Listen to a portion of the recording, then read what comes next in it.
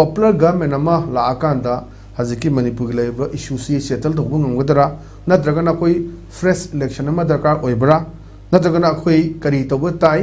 Manipur ki leibra situation si Santi puraknaba we need a popular government or natragana fresh election darkar oibra hai bisa ozagi ba opinion nam thamiro popular government si laka phayi government lak phayi di democracy set par leibang ni India si parliamentary form government ni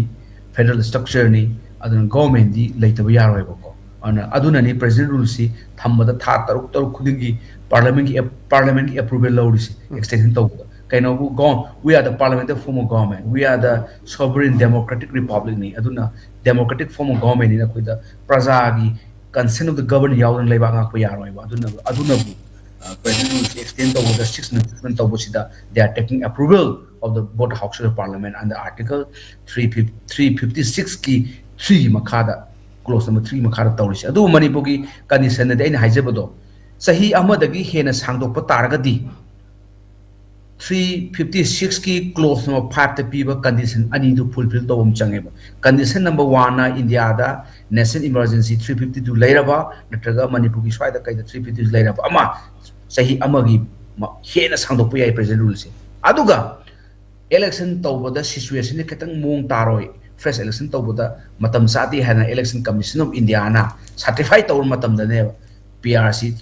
1 yagi mathak ta sangdo ka doisi amka hanjage ko president rule si sahi ahumuk thamba yai sima law da yawre Indian constitution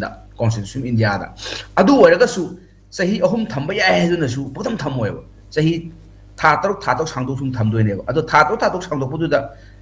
tha taruk andak sangdo khraga sahi ama sugi matam da PRC normally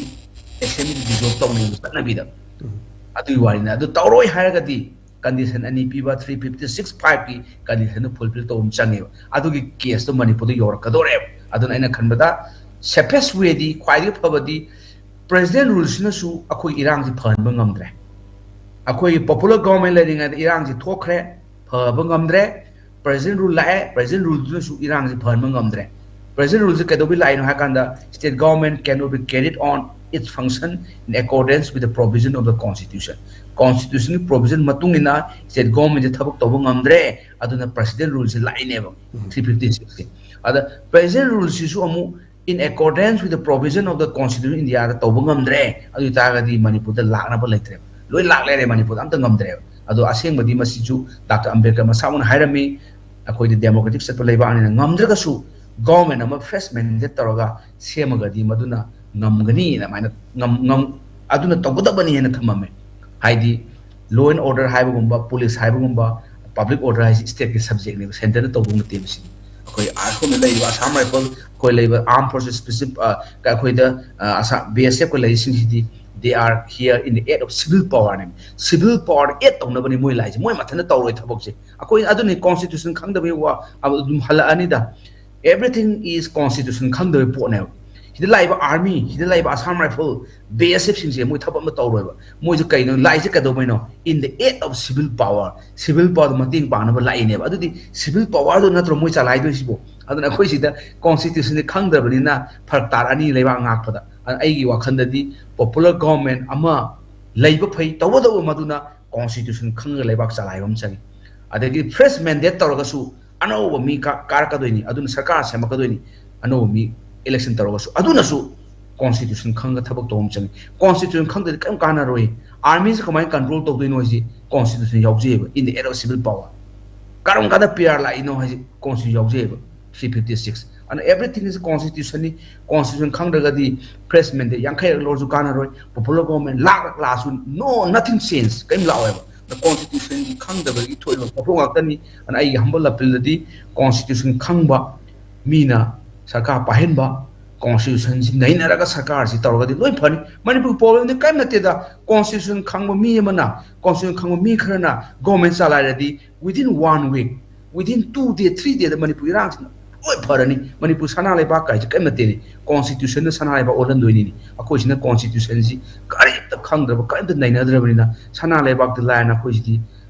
ipai pu loi hai di ne khoi lai si adana kham we are in very dangerous zone ni then zone ji kai matung ina no constitution khang da bi laina sina ne sarkar sembadi very simple article 163 yaubni claim toroga governor na claim du satisfy oire hai ta ga di mana budget ru lokthok piu haidana center the see hirani the center na cabinet from a council minister headed by prime minister na section na kanu yaw 74 yaw ni adu toga prime minister recommend thagani council minister na president na PRC report torani aduga next sarkar semani tawdo who will be the chief minister oida buduna claim to claim aga mi yakai ga na te claim should be done by only one person leader and claim to he will be the appointed and take oath as a chief minister of the state neba ko adugi potu laitri banina ai khamda sarkar se matam changani that's different thing ni adugu 1 year de cross lakh matam dadi February ga tang trahom dadi adugu sarkar se mugdagadi Manipur probably dissolution house and a fresh election will be done within 6 months tawadi leke 6 months manung du hot no haba ngamdragadi election commission ye thorkani adusu possibility amani tawbudabu ai whether there's different thing the popular government I like popular government whether by fresh mandate or whether by anobama laisida khallaga or no difference tawbudabu they should govern the state in accordance with the provision of constitution adu constitution khangdragadi adum yokartani kaim taw ngamoi adum hamu adum sida leirani haina in thamjin okay aduga